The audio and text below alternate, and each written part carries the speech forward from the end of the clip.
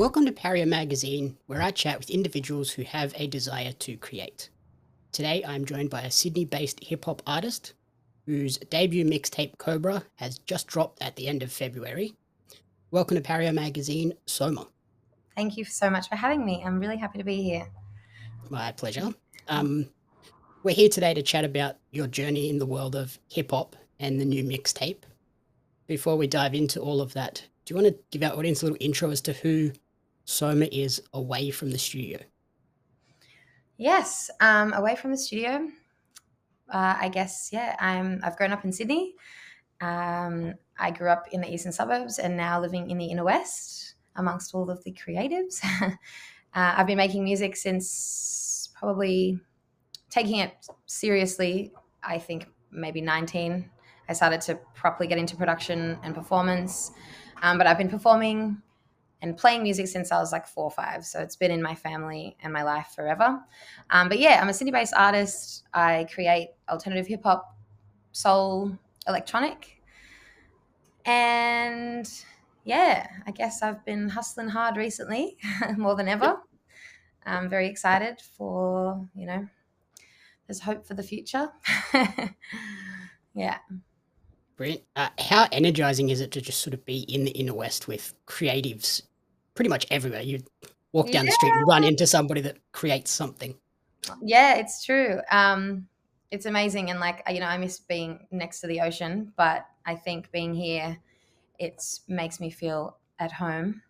It's a very comforting kind of thing to know that I know so many creators in the industry, they get it.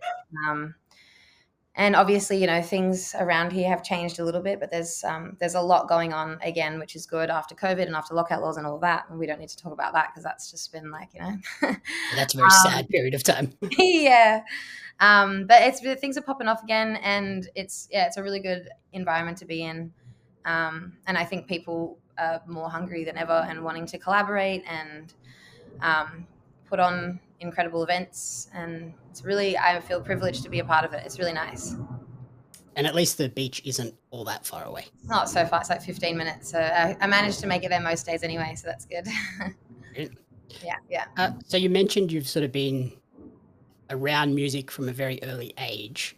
Do you remember how you sort of first discovered the passion for like hip hop and the soul side of your creativity?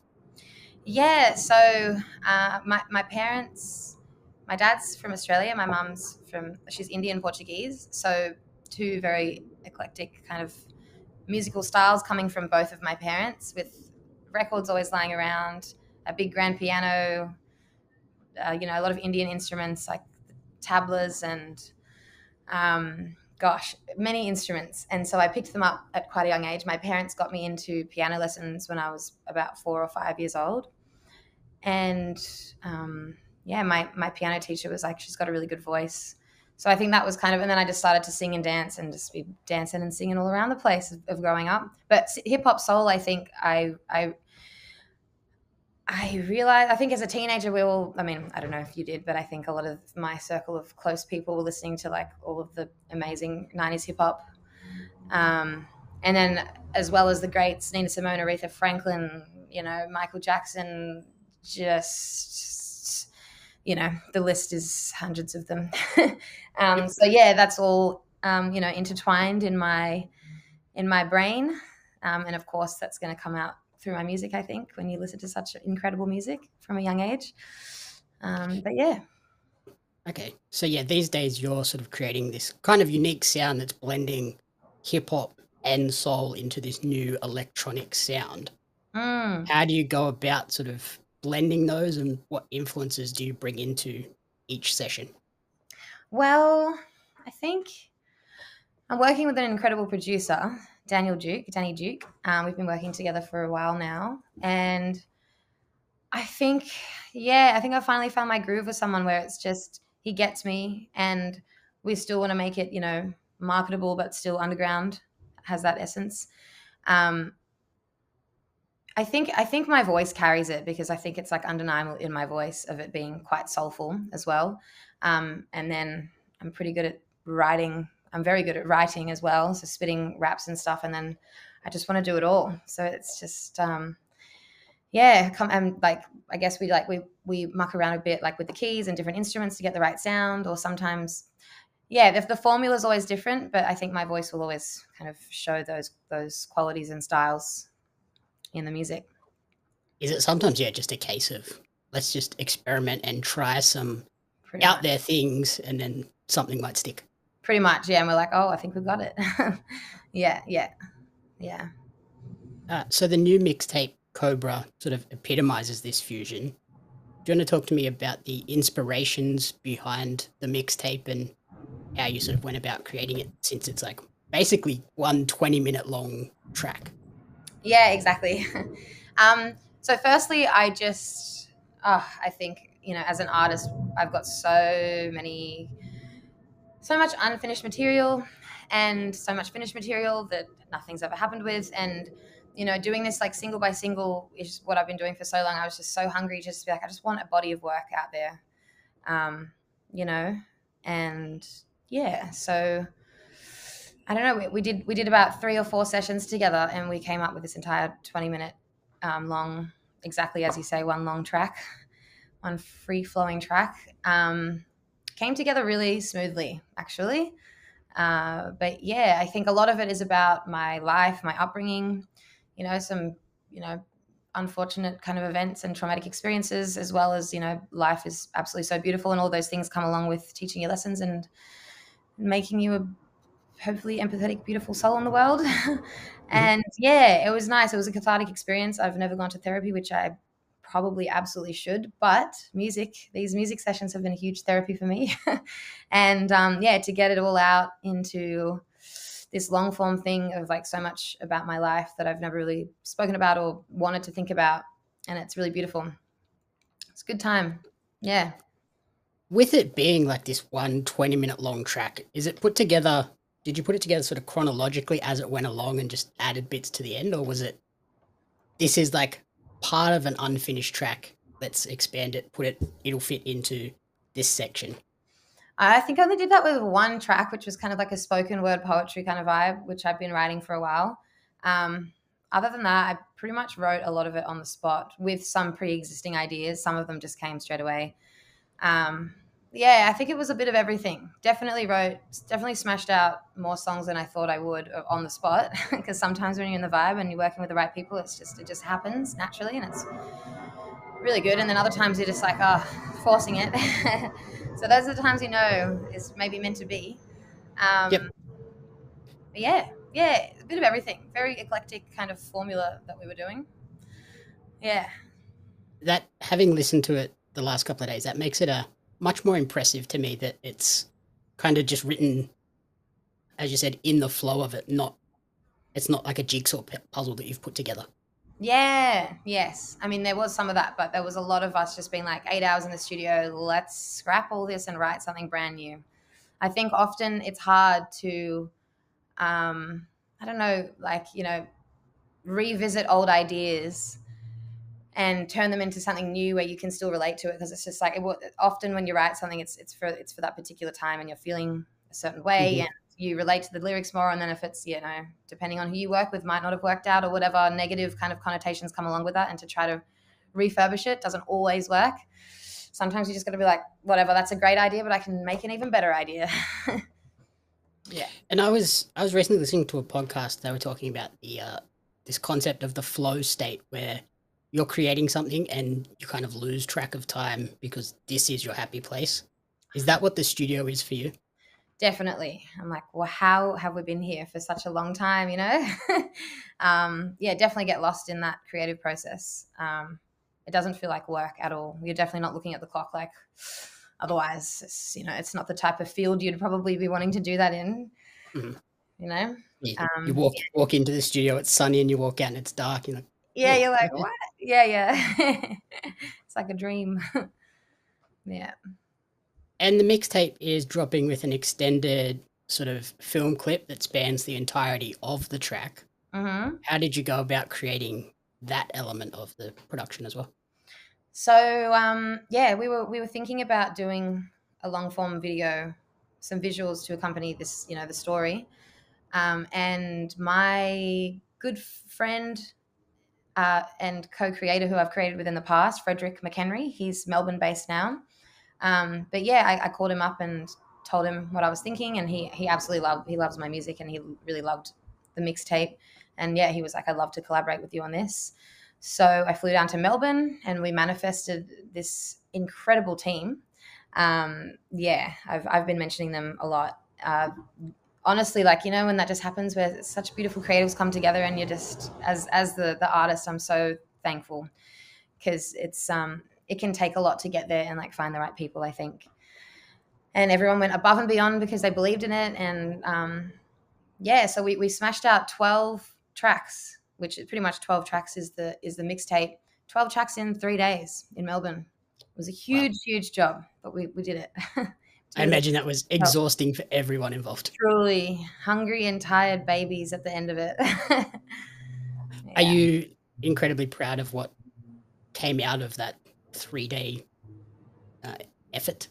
Yes, incredibly proud for sure. And I'm just like, I commend everybody who put all of their time and energy into it. And of course, you know, with I don't think like any of us had ever done something like that. So there's always learning, you know what I mean? As you know, no one's professional at making 12 videos in 3 days, but he was pretty professional at that.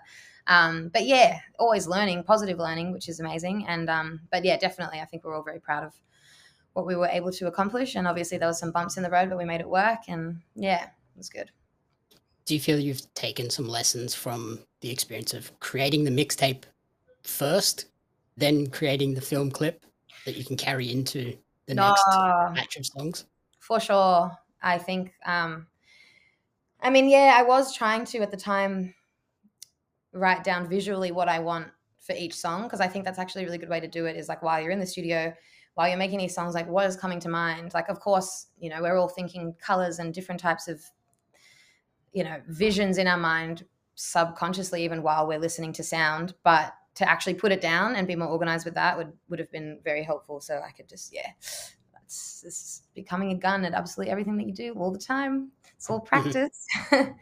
Yeah. Yeah, that's kind of the hard part with being any form of creative these days. You're not just a writer, or you're not just a singer. Now you're a videographer as well, because you need to create reels for Oh, Instagram and stuff like that. everything is so intertwined. It's true. Yeah. Just have to try to enjoy the process and be like, this is fun. And it is, usually. The content side can be a bit troublesome sometimes, but yeah. So then the other thing I wanted to sort of chat to you about is, when I was sort of growing up, hip hop was seemingly primarily dominated by men. But Hmm. that's obviously changed recently. For How sure. special is it to see women sort of taking charge of the space? Incredible. Like, you know, I think even I've taken away from some of the greats of me growing up, which were, I mean, you didn't hear much of them commercially, but like Bahamadia, Missy Elliott, all of those OGs, like that list can go on forever as well. Like they're huge inspirations to me, just as much as all of the dudes I listen to. But yeah, it's an incredible scene, a kaleidoscope of opportunity for women in the hip hop world, and I'm sure there's some barriers to still break down. But yeah, it's looking like it's looking like a very inspiring, hopeful, yeah, little world that I am in. Yeah, like I look back and, yeah, Missy Elliott, Khalees, they're Yeah, like the two names that jump to mind, as they were the main two at the time. right, 100%. Yeah, yeah, yeah, yeah, yeah. Do you feel we'll continue to see a lot more women rising and entering into this space now that they have a whole new generation of idols to look up to? 100%. Yeah, when you see yourself in these environments, um, it's so helpful. I mean, I've always wanted to do this. Um, but for the younger generation, the music industry obviously is like, can be harder than ever right now. Um, but what an inspiring, I don't know, an inspiring industry to be in a lot of ways as well. Yeah. Yeah, and I imagine it would be exciting for you to see sort of younger girls in the crowd vibing to your songs as well. Definitely, yeah, definitely. I get hit up by some young artists for advice often, and I hope I give them the right advice. I just like kind of tell my story. I'm teaching at the moment. I'm teaching rap, which is really cool. with some young people. And yeah, one main rapper I'm working with, his name's Kepper. He's got an amazing voice. He's very talented. He's 19. So it's been nice. I've been actually learning a lot from that experience as well. But yeah, I'm here. I'm here for the younger generation always. Any artist. Yeah. So then on that front of your live performances, on March the 7th, you have the mixtape launch party at the Trocadero, followed by another performance at the Lansdowne Hotel on April 5th. Yes. What can people expect from those shows? So yeah, 7th of March is the launch for COBRA, my mixtape, and it is going to be a 45-minute set of all of my new material, obviously performing the mixtape and some other tracks that no one has ever heard either, all secret ones. Very new material. It'll be a very nice aesthetic with I don't even know how to explain it. I think we're going all out a little bit. So it's I'm putting everything into this, and I can't wait to share the space with everybody and the love. Yeah, I'm more excited than nervous, which is amazing. I'm really excited to finally just put this out into the world and gauge what people feel and think, and yeah, just share space and have a good time. And it's nice that it's in Enmore, my old hood, so that's lovely as well. Yep. Yeah. So then if we look beyond those upcoming shows, what else is on the horizon for you throughout the rest of 2025? So we've got some tour dates lined up, which we're just confirming actually later on today. Pretty much just, I don't know, playing again. I think I took quite a break from playing because I just wanted to put my head down and really think about, take some time for myself, because in the past I've just been so rushed and kind of not desperate, but so hungry because of COVID and all these things that were completely out of our control, to just put music out there and just, keep that algorithm going and have some sort of, continuity. But in fact, I don't think that that's the smartest thing to do all the time. So I just, came a little hermit for a while. And, but yeah, so I'm ready to be out there again. I'm going to be doing a lot more shows. I've been collaborating with some new people, which I'd love to tell you about soon. And it's all happening. So yeah, I'm sure you will be seeing a lot more of me, I hope, and hearing from me. And yeah, more music to come as well. I'm already writing and get new stuff, new materials. There's a lot to, yeah. Fantastic. Yeah, sometimes it's important to just step away, take a break for a little bit, and just let that hunger build back up. Yeah, for sure. Yeah. Alrighty. So finally, where is the best place for people to support you, track the creative journey, so they hear all about this new music and new tour dates and everything coming up? Okay, well, I think probably these days number one would be Instagram. Instagram and Spotify. So my Instagram is SOMA Sutton, and Spotify is SOMA. Yeah. And when you go to my Instagram, you'll be able to find all my links and all those tour dates, everything. I'm just about to launch my website as well. So I wish I could be able to tell you that right now, but you can find that also through my Instagram. Yeah. Perfect. We'll put all the links in there, and amazing. Good luck with the release and the shows and the upcoming tours, and staying nice and busy. Oh, thank you. It's been beautiful to chat to you. You seem like a lovely energy. Easy. Pleasure. Thank you very much. Yeah, thank you so much.